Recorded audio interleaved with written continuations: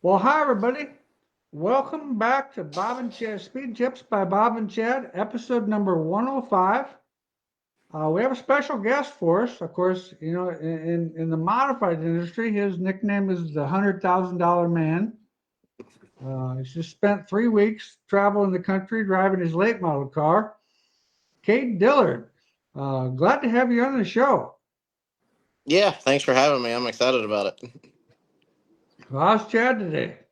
Oh, we're doing good. We had another crazy Monday. Seemed like there was an extra race night or two in there for everybody. So had a lot of repair orders today, and we spent the last weekend at the Go for 50 where Cade was racing and fought the rain and battled through it and got some good racing in, and we sold some parts. So we had a good weekend. Yeah, that was for sure. That was some pretty good racing up there. I mean, racetrack looked pretty good when it wasn't raining. Yeah, absolutely. Naturally, we struggle a little mess in the pits, but they definitely got the equipment to keep that place good. Yeah, I mean, like I said, really for the Harris Clash and stuff, those guys do an awesome job. I mean, it's another one of those racetracks that I wish wasn't 3 hours from my house because I'd go there a whole lot more often. But I wish it was 3 hours from my house. yeah, I suppose, no doubt. Yeah, no doubt about that. So tell me about the modified. You build your own modifieds and sell modifieds to other customers. So how do you pull that $100,000 race off? Uh, yeah, we started building our own cars about 2.5 years ago, I suppose, and uh, this we've just had immediate success with it. It was something I kind of planned on slowly getting into, and it blew up faster than I anticipated. So I don't get a chance to race it a ton, so naturally it's hard to show up with those guys that are racing every weekend. There's a lot of talented mod racers out there. So going into this deal, I was hoping to make the race. I originally expecting 250 entries. I think we ended up with still 140, but it's extremely talented, tough field. So going into the deal, I was just hoping to make the race, to be honest, and we just had speed out the box. We played with several things, practice in there, and tested a little bit before, and just one of those weekends where everything went our way. Luckily, Yeah, you and your car look great. Looked like you had some suspension difficulties halfway through the race or something like that because the car was kind of all jacked up on the left rear, but didn't seem to slow you down much.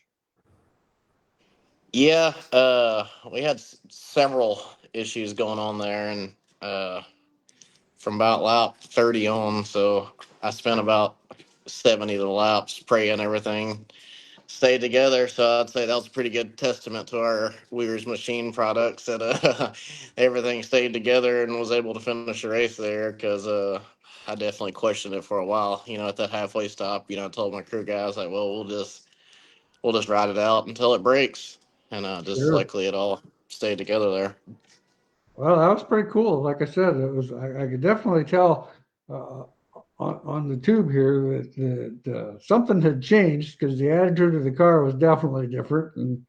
But like I said, I also a lot of times when I watch those races, I always have my laps on so I can actually see the times and stuff. And I don't think it slowed your time down at all.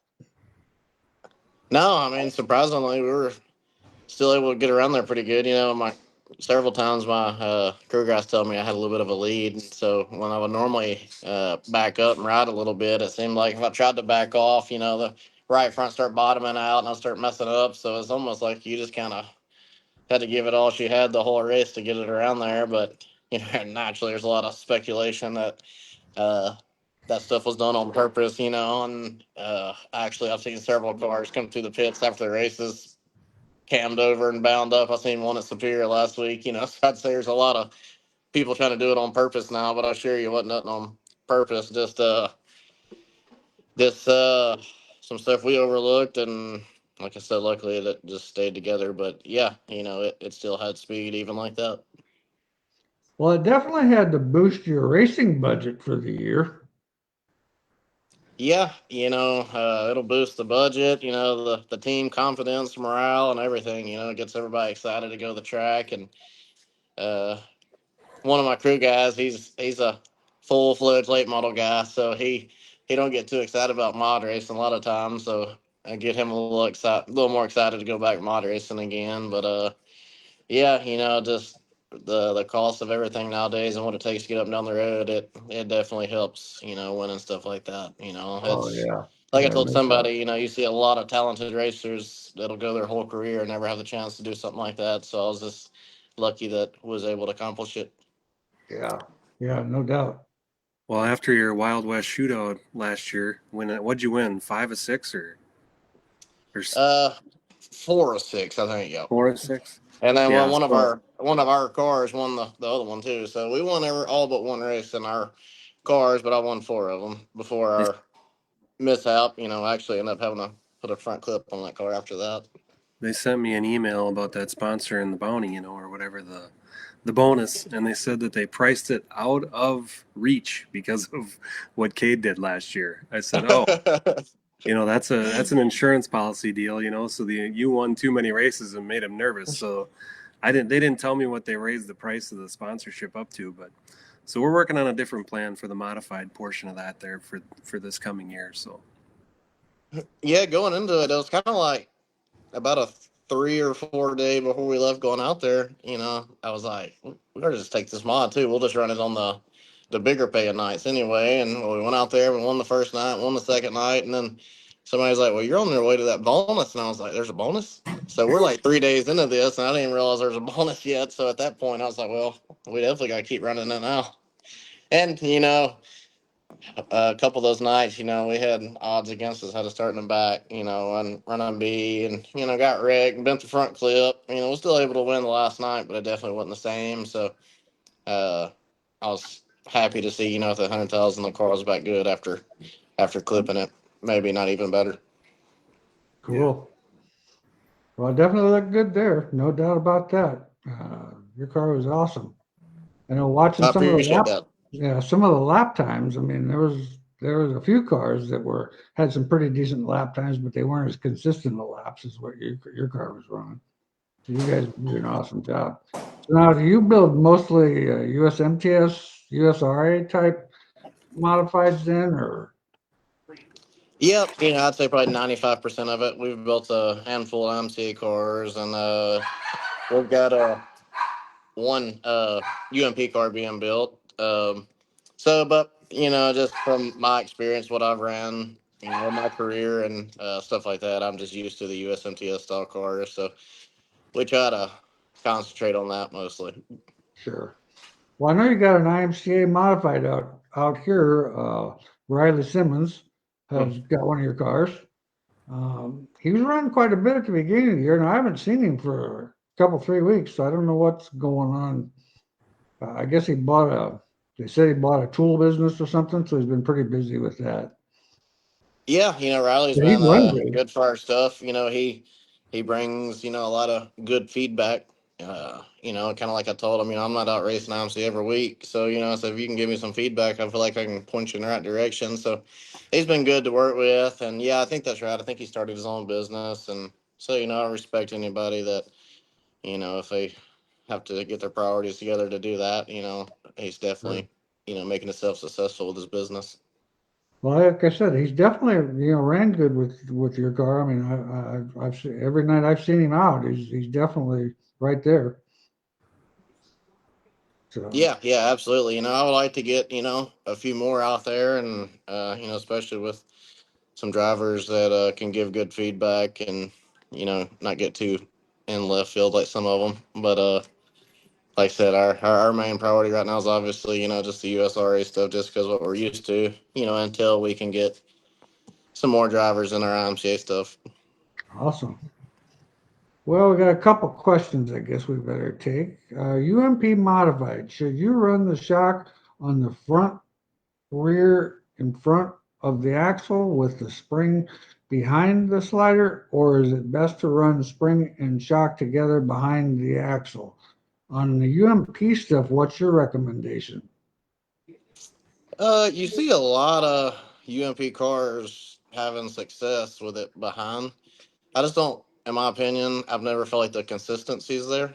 Um, it feels that, leap of traction there, but just don't drive as good. And I always felt like I gave up a lot of corner entry. Yeah. It seemed like that coilover, the shot spring behind, got more popular in UMP when they got rid of spoilers, and everybody maybe just looking for a little more traction. Uh, like I said, I don't have any experience on UMP mod stuff, but in my opinion, I've never had success with it behind. I don't like how it drives. I feel like you give up a lot of entry, and mainly it's just the consistency is not there. Yeah, that's the same theory I've got on that deal. I've never. I mean, it might give you some instant traction, but the problem is you give it up on the other end, like you said. Okay, Tommy has an IMCA stock car. Do you put the right rear trailing arm down on the very tacky racetracks, or put it up on the slick? Actually, the other way around there, Tommy. We usually run. No, I'm sorry. Um, yeah, because on the IMCA cars, you can only move it on the rear end. So when you put it down on the rear end, that's going to actually put angle in it. That's going to work better when the racetrack's got some bite in the racetrack. Uh, when the racetrack's real slick and you need to drag race off the corner, putting it up works a little better, taking some of the angle out of that trailing arm so that it doesn't try to load the right rear tire so much. Is kind of what my experience has been. Um, what degree should 4 bars be set on a UMP AMOD base setup? What's your opinion, Chad? I would say that the left rear probably starts about 26 on the upper. They usually on the UMP cars run a little more bottom rod angle, probably starting at 12, 10 to 12, so they get some steer because the tires are so sticky. Right sides are probably 0 to 2 degrees up on the bottom and 18, 20 on the top. Let's see. USRA modified. Is there a speed advantage to a lift bar over a pull bar? What's your opinion on that, Cade? My experience, since I got to building cars, I think a lot of it is a driver preference. Some people just like that feel of, a lot of stuff moving and taking place back there. And uh, me, I think I get so used to the late model world and, paying so much attention to the front end and driving with the front tires. I feel like the lift arm, for the most part, maybe drives a little better. Um, but some people, that they don't care how the front end feels. They just want to leave the corner fast. So just from my experience, I think it's just a driver preference deal. Some people are just diehard pull bar guys, and I think the people that drive straighter. Like I got several customers like Chad Wheeler. One of my good customers. He just he drives the car really straight. And smooth, so the lift arm seems to, fit people like that better. Yeah, that's kind of what I've found in the past. And it seems like it's kind of regional. You go up north, uh, it seems like it's much more pull bar stuff. And you go south, it seems like it's more lift arm stuff. Yeah, it So, is odd, like you said, different parts of the country. Like you go to like that like Fountain City, Deer Creek area. These guys are just getting the left rear as high as they can get it, and rear ends right back as far as they can get it, and left fronts in the air. That some reason that makes speed. Around those crummy Deer Creek style tracks. Like the Brandon Davises or the Chisholms. People like that. They get really aggressive on stuff, or it seems like other parts of the country, that don't seem to make as much speed. yeah, we just built a USMTS car for a guy, and he was dead set on racing with a torque arm in the car. His theory was that the guys that were beating him had torque arms. And I said, well, but your driving style, I'm afraid you might be more towards the pull bar because, throttle control and things like that maybe could show some improvement. But but also what I've found in the past was the torque arms seem to work a lot better. Like you said, the guys that drive straighter, places that have more momentum. Yeah, I would agree with that. And too, talking about, what you get beat by, I think that's the worst thing that, all racers, get it in their head, they see something outrun them, rather than just working on their own stuff and diagnosing their own problems, they're worried about keeping up with what somebody else is doing. A lot of times if you'll just, I mean, you don't see our stuff being crazy aggressive, I know it's been fast in that area up there, but naturally you get a lot of customers, approach you with things, with that look, and, just, you try to tell them, you just kind of keep working on your own stuff and making it better rather than reinventing the wheel and try to copy what somebody else is doing there. Yeah, like Chad talks about being in your own notebook and staying in your Absolutely. own notebook. Uh, okay, let's see. What's your opinion on a USRA stock car 360 with a 4 barrel or a bigger engine with a 2 barrel carburetor? Um, I'm not an engine guy, but man, I tell you what, a 4 barrel carburetor, in my opinion, is a lot smoother. Slick type racetracks would be a lot smoother to drive. What do you guys think? Yeah, I don't have a lot of experience in my racing career with two barrels. It was some Southern Sport mods I drove for a guy back in the day that had some on it. But past that, I probably don't have the best feedback on that kind of stuff.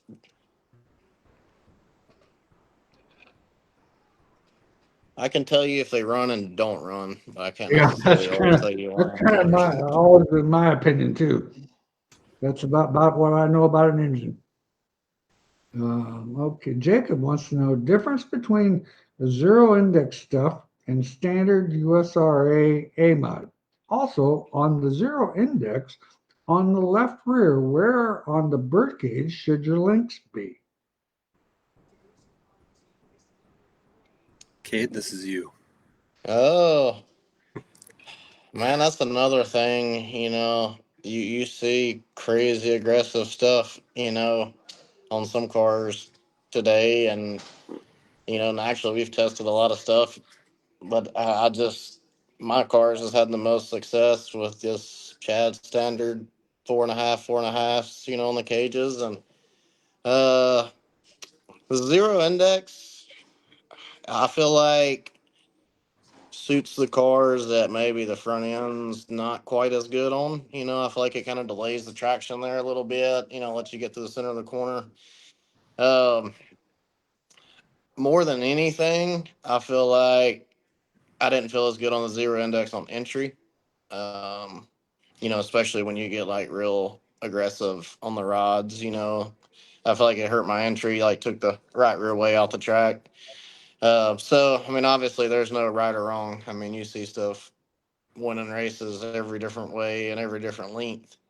But me, I've had most of my success, nothing exotic. Just like I said, you're 4.5, 4.5 on the cages and not getting too carried away there. Yeah, Yeah, it's the amazing. problem. Go ahead, Chad. It's amazing when you just focus on your package. Everybody, like you just said, you just get something and work with it and tune it for how you drive.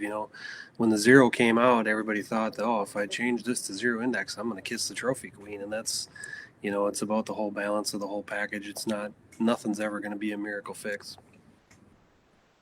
Yeah, and I think a lot of it too.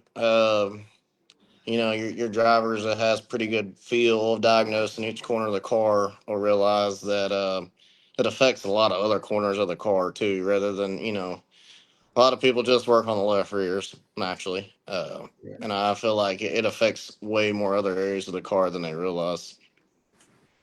yeah, no doubt about that.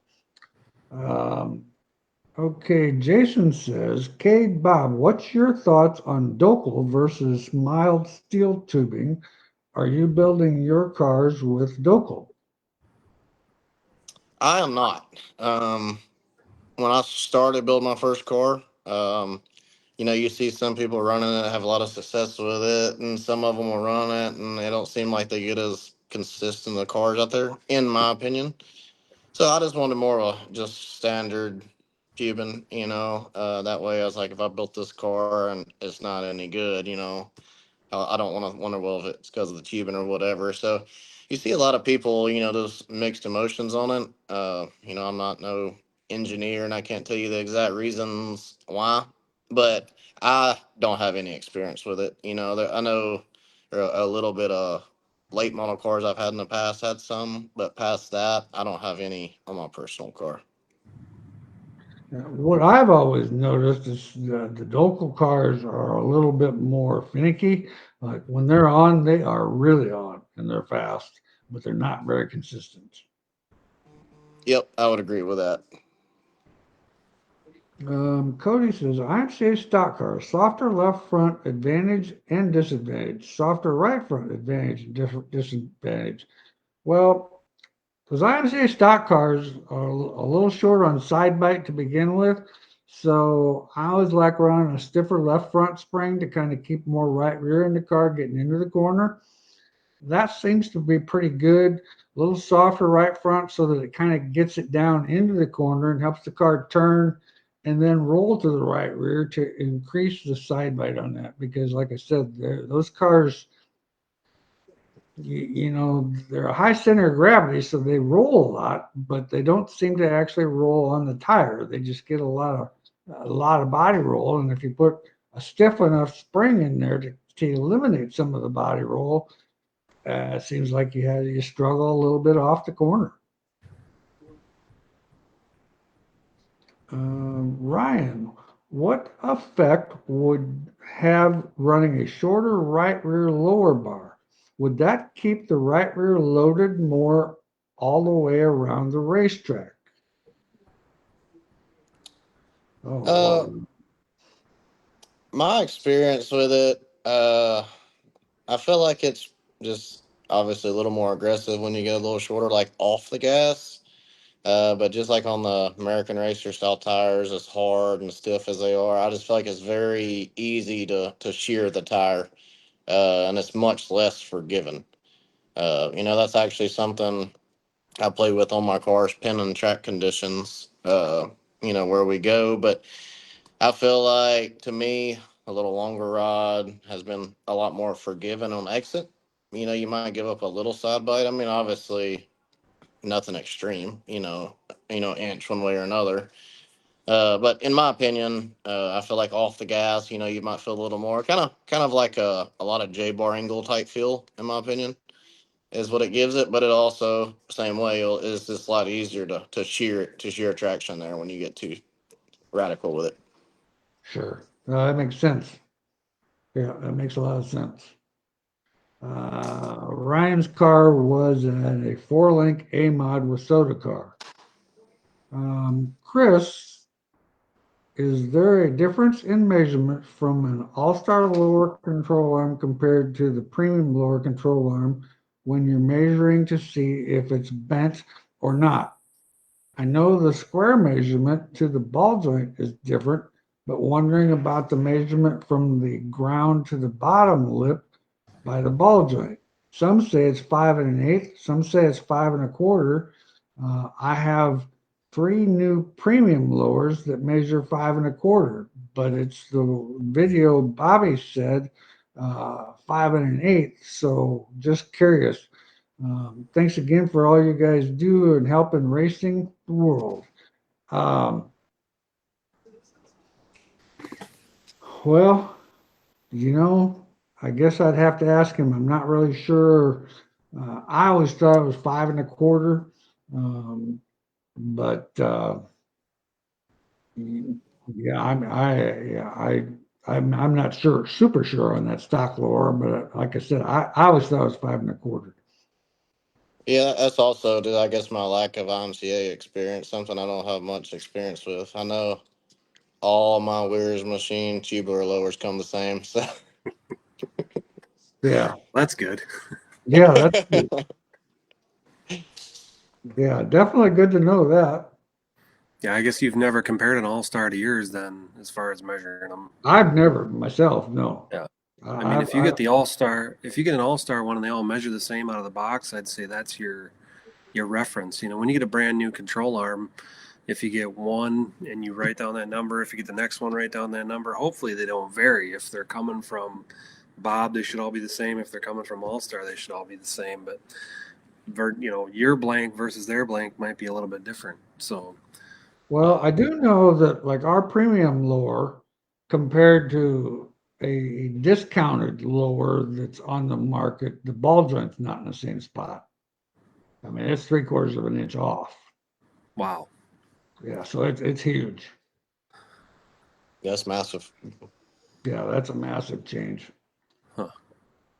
Well, guys, we got August 6th, 5,000 to win modifieds, the Harris Clash. Can't wait to see everybody up there for that. We also got the $500 Manufacturers Cup. Definitely got a lot of chassis builders that put into that. So if your chassis builder is part of the group, it's an extra $500. Sport mods are going to be 2,000 to win. And fast shafts are they're doing a fast time award. So the fastest lap in the night for the modified and the fastest lap for the sport mods, it's a $250 bonus. So we're excited about going back to Deer Creek. I was going to actually call Cole today, but I kind of figured he was probably still recovering from this last week, so I wasn't going to bother him. I'll probably wait till Thursday and shoot up with him a little bit. But so yeah, it's always exciting. It's an also good race, and of course, Weir's Machine is our title sponsor this year, which is great, and also a sponsor of the A feature for the modifieds, and Fast Shafts is a sponsor for the A feature for the sport mods.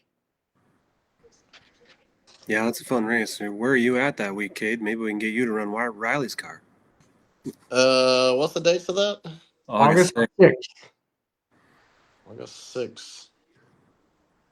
I think that might be. It's not Cedar Lake, is it? No. USA Nationals the week before, right? I have no idea. That'd be I guess that'd be the weekend. That'd be the Tuesday after Fairbury, probably. Okay. Got you. Yeah. Well, heck, you'd be halfway here then. Yeah. Halfway is like a big deal for me, I promise you. 6.5 from Fairbury to Deer Creek. Yeah, I mean, that's like a weekly cruise. show for me.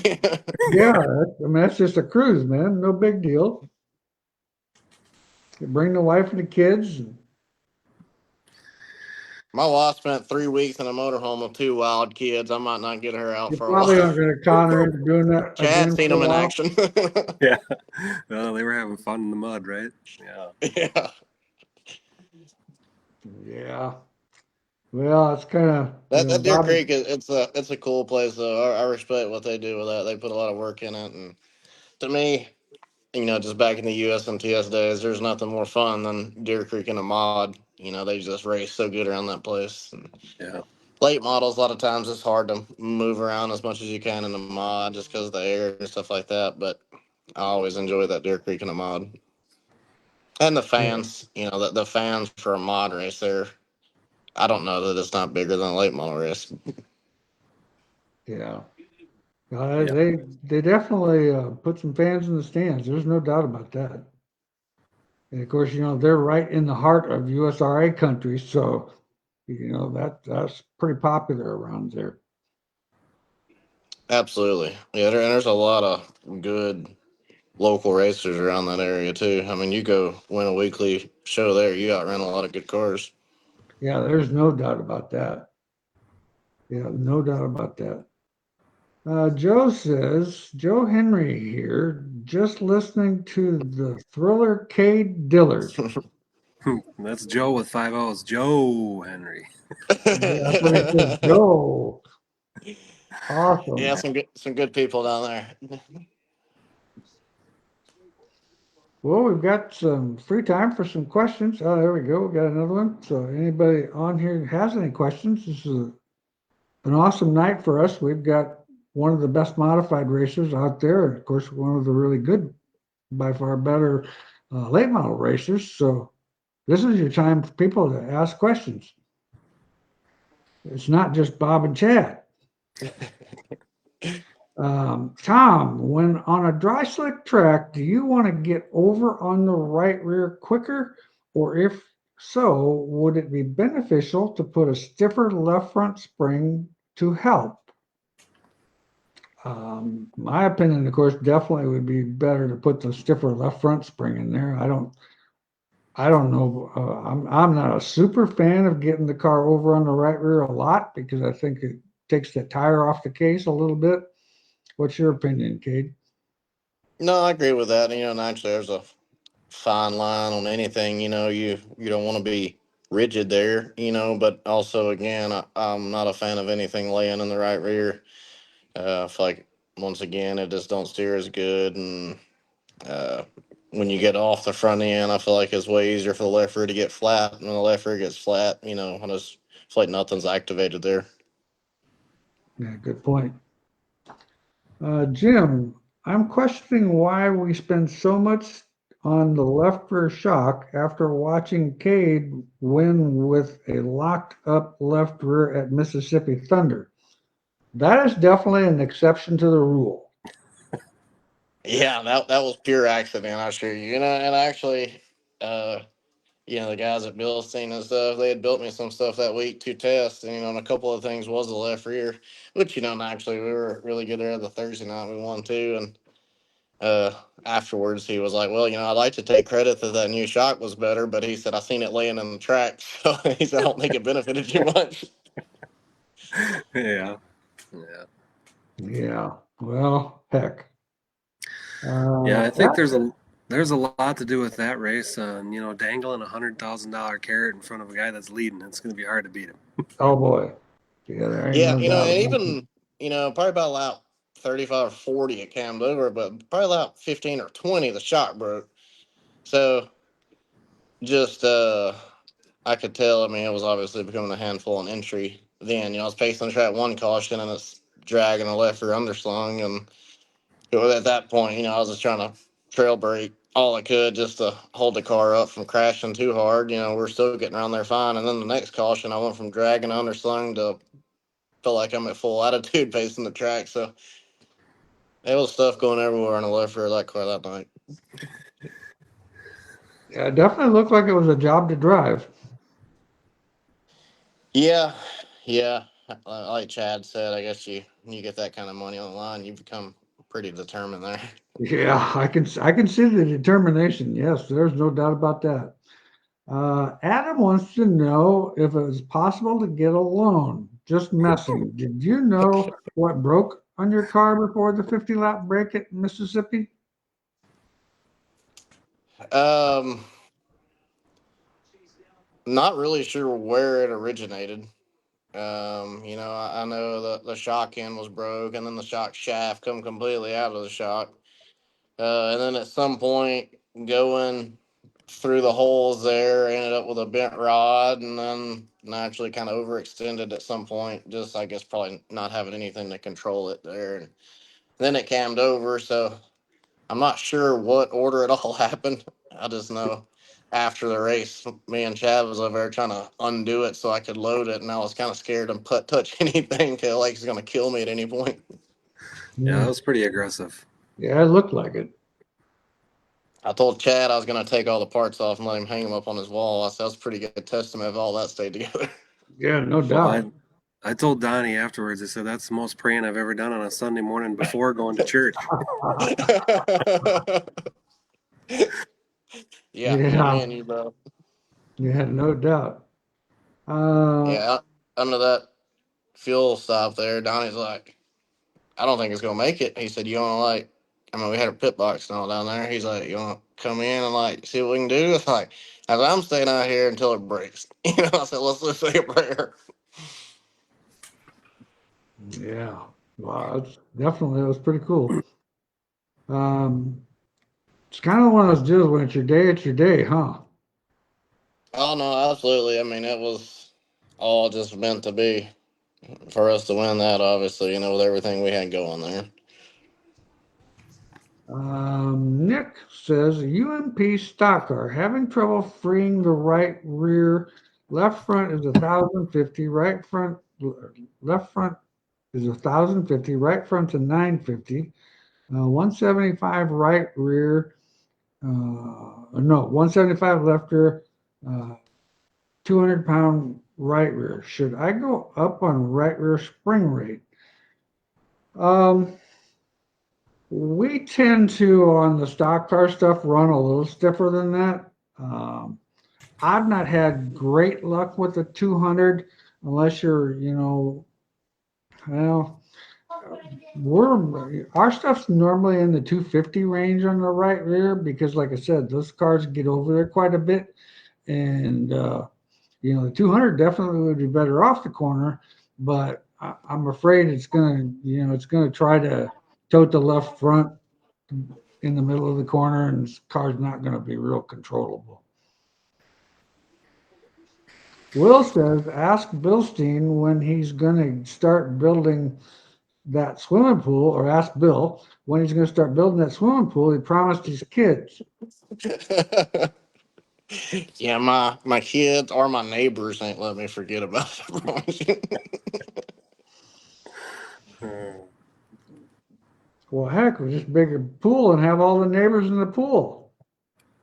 Your Oh, wife, no. your wife would have a dozen kids to watch. Yeah. I mean, I promised them that week, and that's when I was just praying to just make the race too. I probably should have priced them before I made that promise. Right. Yeah, there you go. That's funny how those things kind of can work. Dustin's got a Northern Sport Mod. Car feels good for the most part. Rear tires are growing evenly, just lacking drive off the corner. Wondering on some adjustments to try that won't change too much on how the car feels, but will help drive off. Um, of course, I'm not really sure what your rear percentage is. And of course, if you're running an open motor, you're running a 2-barrel carburetor, and it's a little bit harder to pedal that 2-barrel than it is a 4-barrel.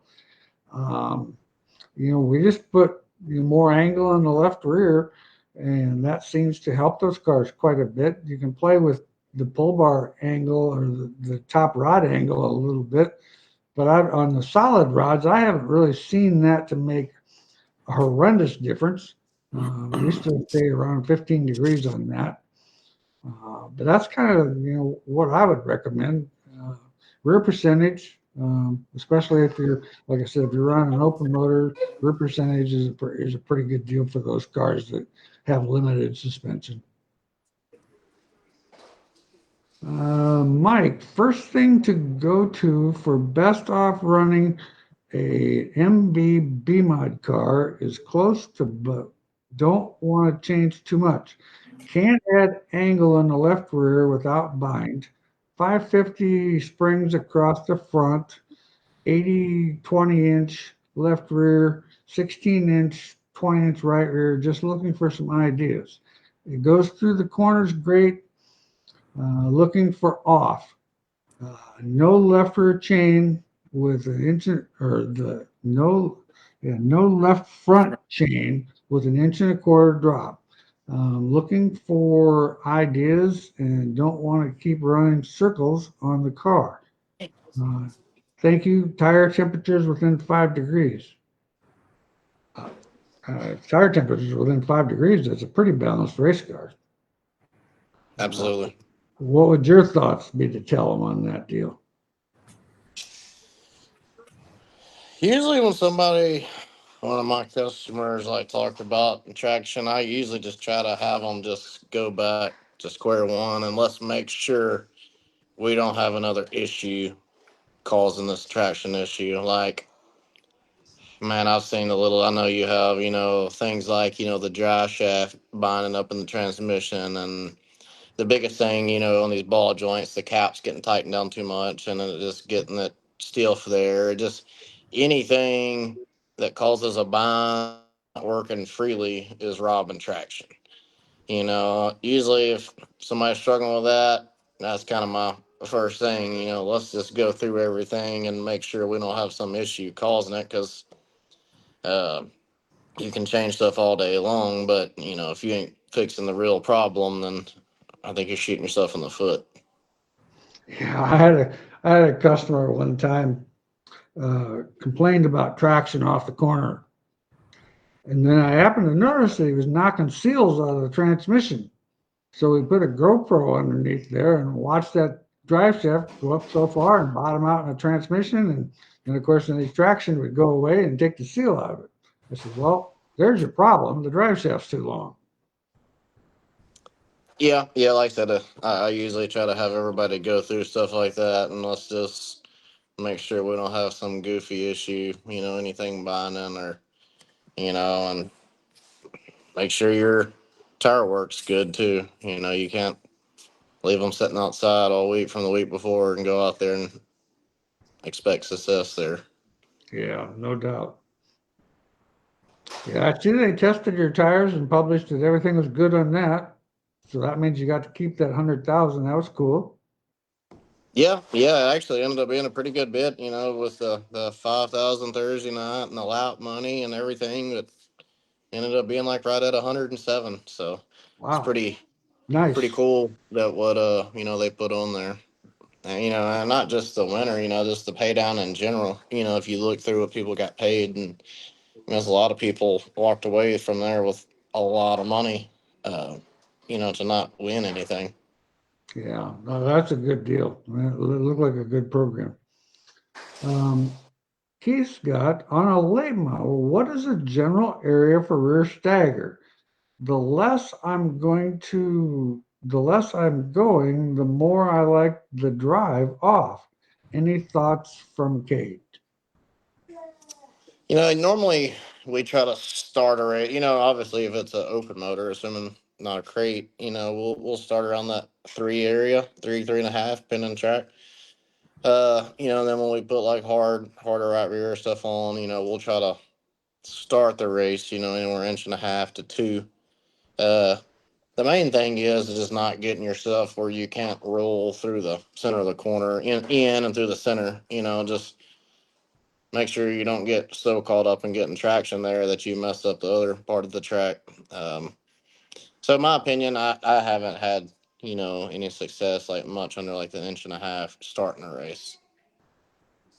Yeah, that makes a lot of sense. I mean, even these little IMCA tires, I mean, it seems like if you try to go below an inch, that the thing won't rotate like it should in the middle. Just kind of binds up. So where did you say you go next? Up into Pennsylvania somewhere? Yeah, we raced in Pennsylvania Thursday, and then Ohio Friday and Saturday, and Oh, then we'll drive back home. So it's been a little over a month since our hauler's been home, so we need to get it there and restock and rebuild, and then we'll be going another couple weeks after that. awesome. Kate, do you have a stock car for the 100,000 to win at Farley? I do not. That's actually something I've never even raced in my career. When I started racing, I actually started in a modified when I was 13 and kind of raced that up until started the late model deal. So that's actually, I mean, I enjoy watching them, and I've hot lapped some, and they're fun. But that's actually something I've never even raced. But I'm not opposed to anything that pays 100,000. Yeah, right. I think I know a guy that'd let you use his car. Yeah, I don't think we'd have any problem finding a car for you. You're gonna get about 10 offers in the next hour. Oh yeah, easily. Yeah. I know the guy that owns the 82 owns two of them. Oh, Mike, thank you, boys. I will double check that before anything else. I'm running a Burt Gen 1 with the 4 inch of clearance on the shaft movement with 5 degrees of pinion angle, of course, on the solid rod, and about 20 degrees of pull bar angle. Yeah, I mean, I think that all sounds pretty good. Yep. Yeah, I'd say it's pretty standard stuff there. Nothing out of line. So how's things going on your truck there, Chad? Yeah, it's not done. No. We had the trucking company haul us to Deer Creek, and we're actually going tomorrow to the Slinger Nationals, a big asphalt race on a quarter mile over on the other side of the state. So we're going over there to do some factory support on the tar side of things, and we'll just take a couple pickups over there. But yeah, the truck, someday we'll get it back, hopefully for Super Nationals, I guess. But we are building Cool. that new gooseneck that we're working on that. So I mean, it's important to go to the racetrack. That's why we work so hard at it. Right. Cade's up here from Louisiana, so I always bring him parts every time he's up here. And Hoffman was there, and that was a big weekend for us last week at Deer Creek. We got machines to Brandon Shepard, Bobby Pierce, Cade had a big order, Hoffman had a big order. So, I mean, these guys appreciate it when we take these. The shipping to Cade alone on that order would have been probably $500. So Oh, I bet. that's a big part of why we go to the racetrack and do what we do, and we're there when they need us. So Yeah. I Well, got a question. go, Do you think Mueller is going to win the Slinger Nationals? he called me actually just a little bit ago when we were live, and he was in the top 10 on the speed charts today. So That's that's why awesome. That's a good dude there. I always enjoyed chatting with him. that's why I'm going. I think he don't have many years left there. He's getting old. He can't run 200 laps, and I'd really like to be there if he could pull it off. And he's got a good piece, so that's why I felt like we probably better head over there and see if he can't get it done. I always thought it was pretty cool, how versatile he was racing asphalt one night, and then he'll unload the dirt late model the next. And he's a good dude. I enjoy talking with him, and his stuff always looks super nice. Yeah. Yeah, it's really cool when you got guys like that can win in both aspects. Run a asphalt super late model on a high bank quarter mile, and then take the dirt car and run a half mile, and it's amazing because he wins at both. So, and there at Deer Creek, there's an asphalt racer that's got a modified now, Nick Murgic. So he was there last weekend, and he was talking about going back and forth from the dirt to the asphalt. And he said one of the biggest things that he notices different on asphalt when there's a problem, if you get over tight or something or you lose it, you got to like whoa her down. On dirt, if you jump the cushion, you got to hammer it. You got to drive out of it. They're completely opposite. So it is cool to see guys like that can cross over and win in both aspects. yeah, that's pretty cool. No doubt about that. That's the track where Slinger is what Dick Trickle said was like flying a fighter jet in a gymnasium. Really? But I've Yeah, we kind of actually probably probably about 4 years or so ago, we were somewhere up there racing, and we went and parked the rigs in the parking lot and watched the races. I think on a Sunday. yeah. It was a small area of my career, like 2008, 2009. I drove a asphalt car a little bit, so I still have a lot of interest for them. I like keeping up with them, and it's pretty cool to see. The technology has went into them now, opposed to what it was when I drove it. So, Yeah. I've had people, offer to put me in them again. I'd like to get in one again just to see how much different they are. I enjoyed it while I did it. It was just way past my funding at the time. Yeah. Yeah. They've been there for 2 days testing nonstop. Yeah, Just wear, the whole testing deal in asphalt is unreal to me. yeah, it's crazy. Yeah. We used to run a modified at Cedar Rapids. They always had a Wednesday night test, and so we'd always go over there Wednesday night and test all night, and then race on Friday. And that got to be the point where that started getting really expensive. But that testing was fun. I mean, you can make a change, and like on dirt, you kind of think but the dirt might have changed, so you don't really know. Where the racetrack, on pavement, the conditions don't change much. That's the biggest thing with testing on dirt. It's hard to get a good feedback from a track that you would actually race on. If you go out there midweek, I don't feel like you can ever get accurate feedback. There's been a lot of times our local track here, like if I had an off weekend, they race on Friday nights, I'll go out there and unload and test after the races. I feel like that's when you get a legit track condition. A lot of times you test middle of the week or something. I think I make myself slower every time because what goes good on that don't ever race good for me. You know, you can Right. kind of compare changes there, but to get a legit feedback, you know, it kind of needs to be kind of like a race night would be. Yeah, that's the problem with testing on dirt. You can actually die yourself out. Yeah, I've been Um, known to do that. yeah, no doubt. Let's see. All these people testing this stuff camming over has probably been good for Chad's business too, and Pat Fagan's. Yeah, no doubt. Special of the week with a picture of your car right beside these parts. Yeah. That's right. Uh, Tim says, Freelink, right side bar, do you lose load on a right rear tire when lowering it? So free up on entry and tight on exit. Or am I wrong? I'm thinking lowering it is like lowering spring rate. Um, Spring ahead on a coilover on the right rear. Well, anytime you take angle out of a bar, you know, your dynamic spring or your actually spring load of the chassis is going to change a little bit, because when you have some angle, you know, it's just like with the four link, when you got angle on the upper rod, it kind of holds the car up and somewhat dictates what you can do for the spring. But on a three link car, I haven't really noticed that much of a difference. It more affects steer than it does anything else. Um, but of course, I don't run when I do run angle in the right rear. I mean, it's 7 degrees maybe. So, taking some angle out of that, but it definitely will make the thing tight in the middle. Because, like I said, it takes steer out of the car, and that thing might not turn on a 40-acre field. So sometimes you got to give up a little off to gain a little in the middle to actually make your lap time better overall.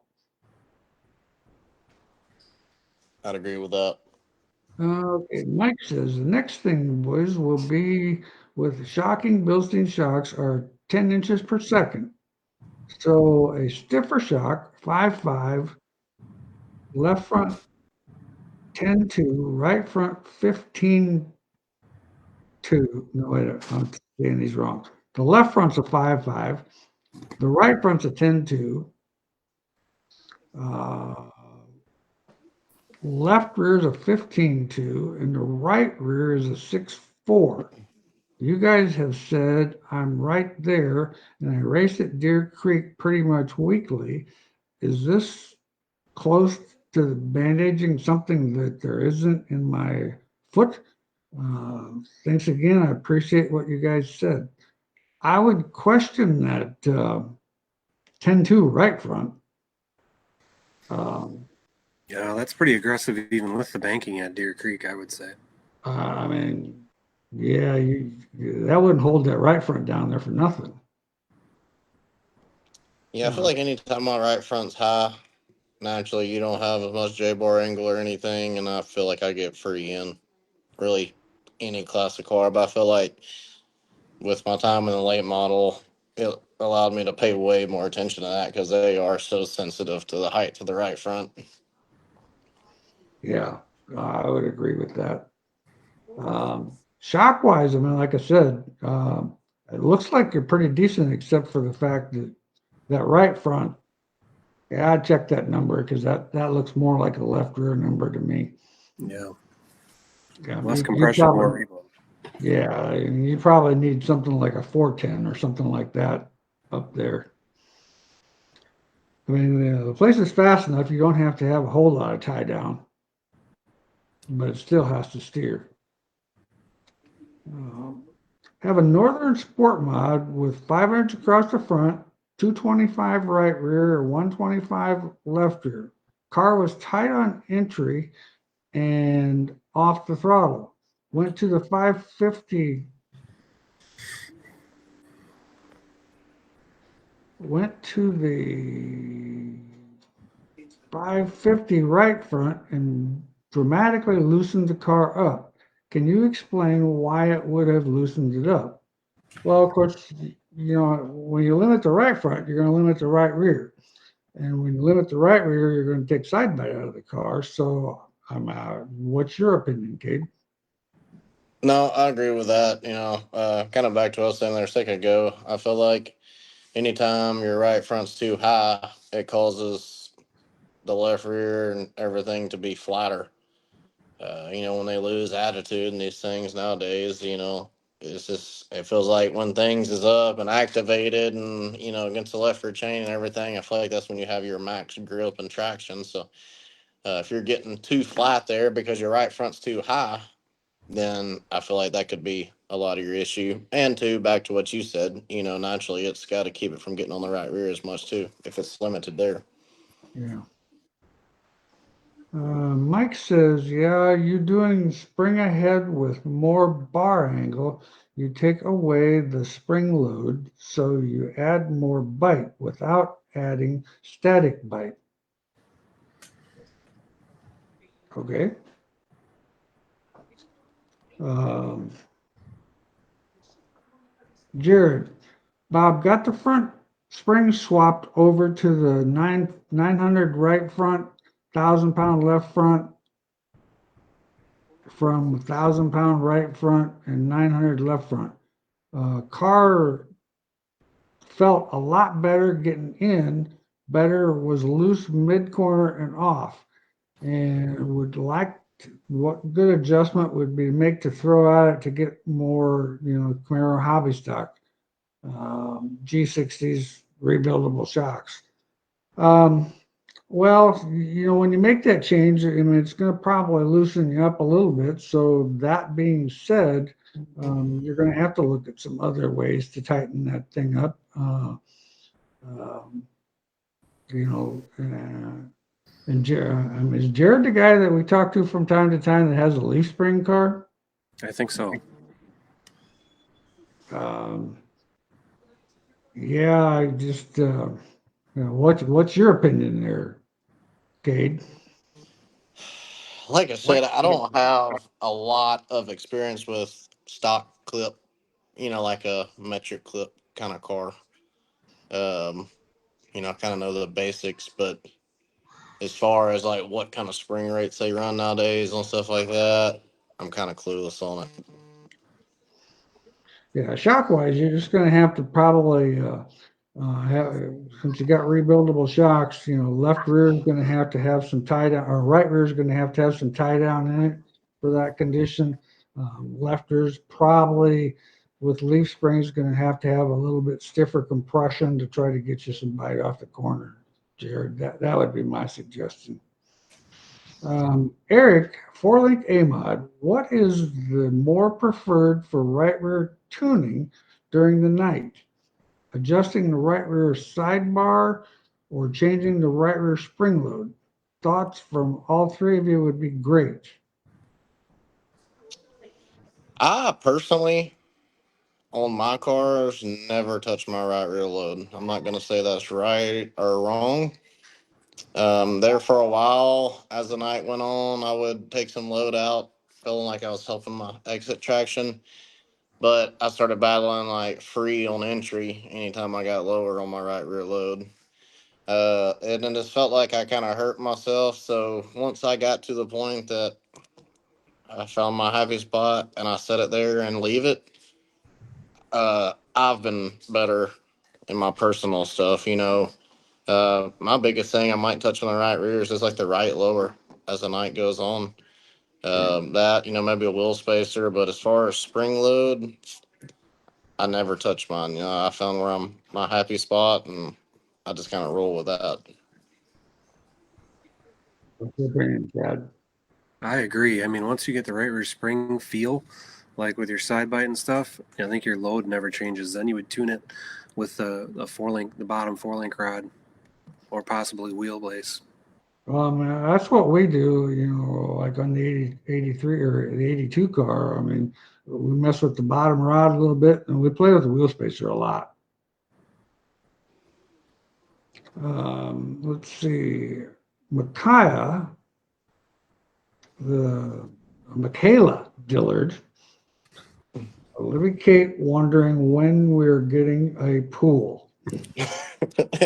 That's another one of those neighbors trying to come. Oh, that's my niece, so she could probably about get anything she wants out of me.